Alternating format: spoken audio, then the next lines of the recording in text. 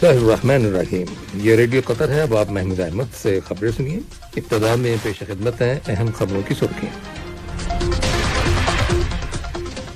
تعلیم سب سے بالا فاؤنڈیشن کی چیئرپرسن نے فاؤنڈیشن کے زیر اہتمام ایک ڈسکشن سیشن میں شرکت کی ہے۔ اقوام متحدہ کی ذیلی تنظیم یونیسکو نے آج براڈ بینڈ کمیشن کی انٹرنیٹ پر اظہار رائے کی آزادی اور غلط معلومات پھیلانے کے سلسلے میں اپنی تحقیقی رپورٹ کا عربی ورژن لانچ کیا ہے۔ قطر نے عرب پیٹرولیم ایکسپورٹنگ کنٹریز کی تنظیم اوپیک کی 107ویں وزارتی کونسل کے اجلاس میں شرکت کی ہے۔ اور وزارت صحت کی رپورٹ کے مطابق ملک کے اندر گزشتہ 24 گھنٹوں کے دوران کورونا وائرس کے مزید 143 مریض صحت یاب ہو گئے ہیں، جس کے بعد اس وبائی مرض سے شفا پانے والے افراد کی مجموعی تعداد اب 2,42,081 ہو گئی ہے۔ یہ تھی ہم خبروں کی سرخیاں، اور اب سے چند لمحوں بعد تفصیل سے خبریں نشر کی جائیں گی۔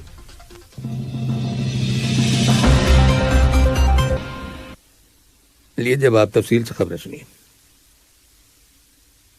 ایجوکیشن ابو آل فاؤنڈیشن یعنی تعلیم سب سے بالا فاؤنڈیشن کی چیئرپرسن شیخہ موضہ بنت ناصر نے کل فاؤنڈیشن کے زیر اہتمام ایک ڈسکشن سیشن میں شرکت کی، جس کا عنوان تھا educate a child, zero out of school children. اس سیشن میں قطر کے دورے پر آئی ہوئی اقوام متحدہ کی تعلیم، سائنس اور ثقافت سے متعلق تنظیم یونیسکو کی ڈائریکٹر جنرل آدرے اوزولے، جمہوریہ گیمبیا کے نائب صدر ڈاکٹر ایساتو ٹورے اور جمہوریہ روانڈا کے صدر پال کگامے نے بھی شرکت کی۔ اس موقع پر تقریر کرتے ہوئے شیخہ موضہ بنت ناصر نے تعلیم سب سے بالا فاؤنڈیشن کی حکمت عملی پر روشنی ڈالی، جس کا مقصد متعدد ممالک میں اسکول سے باہر بچوں کی پرسنٹیج کو کم کرنا ہے۔ انہوں نے یونیورسل پرائمری ایجوکیشن کے ہدف کو حاصل کرنے کے لیے تمام شعبوں کی جانب سے تعاون کرنے کی ضرورت پر زور دیا۔ قطر فاؤنڈیشن کی چیئرپرسن شیخہ موضہ بنت ناصر سے کل قطر نیشنل کنونشن سینٹر میں آرمینیا کے صدر آرمن سرکسیان اور ان کی اہلیہ اور خاتون اول نونے سرکسیان نے ملاقات کی، جس میں تعلیم، انوویشن یعنی اختراع اور ریسرچ سے متعلق باہمی دلچسپی کے شعبوں کے بارے میں تبادلہ خیال کیا گیا۔ اس ملاقات میں قطر فاؤنڈیشن کی وائس چیئرپرسن اور سی ای او شیخہ ہند بنت حمد آلتانی نے بھی شرکت کی۔ قطر اور اقوام متحدہ کی تعلیم، سائنس اور ثقافت سے متعلق تنظیم یونیسکو نے آج براڈ بینڈ کمیشن کی انٹرنیٹ پر اظہار رائے کی آزادی اور غلط معلومات پھیلانے کے سلسلے میں یونیسکو کی تحقیقی رپورٹ کا عربی ورژن لانچ کیا ہے۔ اس رپورٹ کا عربی زبان میں ترجمہ قطر کی وزارت خارجہ کے تعاون اور فنڈنگ سے ہوا ہے۔ واضح ہے کہ تحقیقی رپورٹ کے عربی ورژن کا اجرا، جو کہ انگریزی زبان کے علاوہ کسی دوسری زبان میں پہلی بار کیا گیا ہے، یونیسکو کی ڈائریکٹر جنرل آنڈرے ایزولے کے قطر کے دورے کے موقع پر کیا گیا۔ رپورٹ کے عربی ورژن کی لانچنگ کے موقع پر منعقد کیے گئے ایک ورچوئل سیشن کے دوران تقریر کرتے ہوئے قطر کی وزارت خارجہ میں انفارمیشن آفس کے قائم مقام ڈائریکٹر ابراہیم بن سلطان ہاشمی نے کہا کہ ریاست قطر عربوں کے حق پر یقین رکھتی ہے۔ انہوں نے یونیسکو کو اس اہم رپورٹ کا عربی ورژن شروع کرنے پر مبارکباد دی۔ وزیر ٹرانسپورٹ جاسم بن سیف السلیتی سے آج پاکستان کے وزیر برائے سمندری امور علی حیدر زیدی اور سعودی عرب کے وزیر ٹرانسپورٹ انجینئر صالح بن ناصر الجسر نے الگ الگ ملاقات کی۔ یہ دونوں وزراء انٹرنیشنل میری ٹائم آرگنائزیشن IMO کی 32ویں جنرل اسمبلی کے اجلاسوں میں شرکت کے لیے دوحہ آئے ہوئے ہیں۔ ان ملاقاتوں میں بحری نقل و حمل، ٹرانسپورٹیشن اور سول ایویشن کے شعبوں میں تعاون کو فروغ دینے کے وسائل کے بارے میں تبادلہ خیال کیا گیا۔ قطر نے عرب پیٹرولیم ایکسپورٹنگ کنٹریز کی تنظیم اوپیک کی 107ویں وزارتی کونسل کے اجلاس میں شرکت کی ہے، جو ویڈیو کانفرنسنگ کے ذریعے کویت میں منعقد ہوا۔ وزیر مملکت برائے توانائی سعد بن شرید الکابی نے اجلاس میں قطر کی نمائندگی کی۔ اجلاس کی کارروائی کے دوران مختلف امور زیر بحث آئے، جن میں اوپیک کی سرگرمیوں کو بڑھانے کے منصوبوں کے علاوہ گلوبل پیٹرولیم رپورٹ، ماحولیات، گلوبل وارمنگ سے متعلق تازہ ترین پیش رفت کا جائزہ لیا گیا۔ واضح ہے کہ عرب پیٹرولیم ایکسپورٹنگ کنٹریز کی تنظیم سن 1968 میں قائم کی گئی تھی اور اس کا ہیڈ کوارٹرز کویت میں ہے۔ قطر اولمپک کمیٹی QOC کے پریزیڈنٹ شیخ جوان بن حمد آل ثانی سے فرانس کے کھیلوں کے وزیر لارنس فشر نے ملاقات کی ہے، جو اس وقت قطر کے دورے پر ہیں۔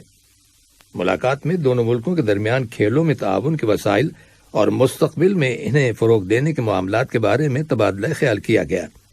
اس ملاقات میں QOC کے سیکرٹری جنرل جاسم بن راشد البوعینین اور دوحہ میں فرانس کے سفیر بھی شریک تھے۔ قطر کی administrative control and transparency authority QOCTA نے قطر فائنانس اینڈ بزنس اکیڈمی کے تعاون سے ایک سمپوزیم منعقد کیا ہے، جس کا عنوان تھا کرپشن سے نمٹنے کے عالمی رجحانات۔ یہ سمپوزیم انسداد بدعنوانی کے عالمی دن کی تقریبات کا ایک حصہ ہے۔ یہ دن ہر سال دسمبر کی 9 تاریخ کو منایا جاتا ہے۔ سمپوزیم میں بدعنوانی کے خلاف جنگ، قانون کی حکمرانی اور عالمی سطح پر ٹرانسپیرنسی یعنی شفافیت کو پروموٹ کرنے سے متعلق موضوعات زیر بحث آئے۔ آج قطر میں حقوق انسانی کا عالمی دن منایا جا رہا ہے۔ یہ دن ہر سال 10 دسمبر کو منایا جاتا ہے۔ اقوام متحدہ کی جنرل اسمبلی نے سن 1948 میں آج کے دن حقوق انسانی کے یونیورسل ڈکلیریشن کی منظوری دی تھی۔ قطر کی قومی ایئر لائن قطر ایئر ویز نے کہا ہے کہ وہ اپنے بڑھتے ہوئے نیٹ ورک کو مزید فروغ دینے کے لیے تیار ہے۔ چنانچہ قطر ایئر ویز نے دنیا کے 18 مشہور مقامات کے لیے اپنی پروازوں کی فریکوینسی میں اضافہ کرنے کا فیصلہ کیا ہے، تاکہ موسم سرما کی تعطیلات کے دوران ٹریول ڈیمانڈز کو پورا کیا جا سکے۔ قطر ایئر ویز نے کل 9 دسمبر سے اوڈیسا یوکرین کے لیے ہفتے میں 3 پروازیں شروع کر دی ہیں، جبکہ اگلے سال 17 جنوری سے تاشقند ازبکستان کے لیے ہفتے میں 2 پروازیں شروع کی جائیں گی۔ یاد رہے کہ ایئر لائن نے اس سال 19 نومبر کو الماتی قازقستان کے لیے براہ راست فلائٹس شروع کی تھیں۔ وزارت صحت کی رپورٹ کے مطابق قطر میں گزشتہ 24 گھنٹوں کے دوران لوکل کمیونٹی میں کرونا وائرس کے 147 نئے کیسز، جبکہ حال ہی میں بیرون ملک سے آنے والے مسافروں میں 16 نئے کیسز رجسٹر کیے گئے ہیں۔ وزارت صحت نے اسی عرصے میں کرونا وائرس کے مزید 143 مریضوں کے صحت یاب ہو جانے کی تصدیق کی ہے، جس کے بعد اس وبائی مرض سے شفا پانے والے افراد کی مجموعی تعداد اب 2,42,081 ہو گئی ہے۔ وزارت نے ایک 67 سالہ مریض کے انتقال کر جانے کی بھی تصدیق کی ہے، جو کرونک بیماریوں میں مبتلا تھا اور جس کو ضروری میڈیکل سہولتیں مہیا کی گئی تھیں۔ یہ خبریں ریڈیو قطر سے نشر کی جا رہی ہیں۔ سوڈان کی مغربی ریاست دارفور میں حالیہ ہفتوں کے دوران 3 مختلف علاقوں میں فرقہ وارانہ تشدد کے نتیجے میں کم از کم 138 افراد ہلاک اور درجنوں دیگر زخمی ہو گئے۔ ویسٹ دارفور ڈاکٹرز کمیٹی نے ایک بیان میں بتایا ہے کہ بہت سے زخمی افراد ہاسپٹلز اور کمیونٹی کلینکس تک پہنچنے سے پہلے ہی راستے میں زخموں کی تاب نہ لا کر چل بسے۔ ان دیہی علاقوں میں مناسب میڈیکل فیسلٹیز دستیاب نہیں ہیں۔ امریکہ نے عراق میں اپنا جنگی مشن بند کرنے کا باضابطہ اعلان کر دیا ہے اور ملک کے اندر دہشت گرد گروپ داعش سے لڑائی کی قیادت کی ذمہ داری اب امریکہ اور اس کے اتحادیوں سے عراقی سیکیورٹی فورسز کو منتقل ہو گئی ہیں۔ اس اعلان میں کہا گیا ہے کہ امریکہ اور اس کی اتحادی فورسز ضرورت پڑنے پر محض معاونت فراہم کرنے کا کام کریں گی۔ امریکی فوج کے کمانڈر برائے مشرق وسطی جنرل فرینک میکنزی کا کہنا ہے کہ امریکہ عراق میں موجود 2500 امریکی فوجیوں کو فی الحال واپس بلانے کا ارادہ نہیں رکھتا۔ وہ عراقی فوج کو داعش کے خلاف لڑائی میں فضائی اور دیگر فوجی امداد مہیا کرتے رہیں گے۔ امریکہ نے میانمار کے شمال مغربی علاقے ساگیانگ میں میانمار کی فوج کے ہاتھوں 11 افراد کے ہلاک ہو جانے پر شدید برہمی کا اظہار کیا ہے۔ فوجیوں پر الزام ہے کہ انہوں نے لوگوں پر فائرنگ کی اور پھر ان کی لاشوں کو نظر آتش کر دیا، جن کی جلی ہوئی باقیات ایک گاؤں سے ملنے کی اطلاعات موصول ہوئی ہیں۔ مقامی لوگوں کا کہنا ہے کہ جن 11 افراد کی لاشیں ملی ہیں ان میں سے چند زندہ بھی تھے، جنہیں فوج نے رسیوں سے باندھ کر زندہ ہی جلا دیا۔ اور اب کچھ خبریں کھیلوں کے بارے میں۔ فیفا عرب کپ قطر 2021 کے کوارٹر فائنل میں آج رات 10 بجے البیت اسٹیڈیم میں قطر اور متحدہ عرب امارات کی ٹیموں کے درمیان میچ کھیلا جائے گا۔ کوارٹر فائنل میں تیونس کی ٹیم کا مقابلہ عمان کی ٹیم کے ساتھ ہے۔ یہ میچ ایجوکیشن سٹی اسٹیڈیم میں 6 بجے شروع ہوا۔ آخری خبر آنے تک تیونس نے عمان کے خلاف 1 گول کر لیا تھا، جبکہ عمان کی ٹیم اس وقت تک کوئی گول نہ کر سکی اور میچ جاری تھا۔ ویسٹ انڈیز کی کرکٹ ٹیم پاکستان کے 15 روزہ دورے پر کراچی پہنچ گئی ہے۔ پاکستان اور ویسٹ انڈیز کی ٹیموں کے درمیان پہلا T20 میچ دسمبر کی 13 تاریخ کو کھیلا جائے گا اور اگلے روز یعنی 14 دسمبر کو دوسرا، جبکہ 16 دسمبر کو تیسرا اور آخری میچ کھیلا جائے گا۔ اس کے بعد دونوں ٹیموں کے مابین 1 ڈے سیریز کا پہلا میچ 18 دسمبر کو، جبکہ دوسرا میچ 20 دسمبر کو اور آخری میچ 22 دسمبر کو کھیلا جائے گا۔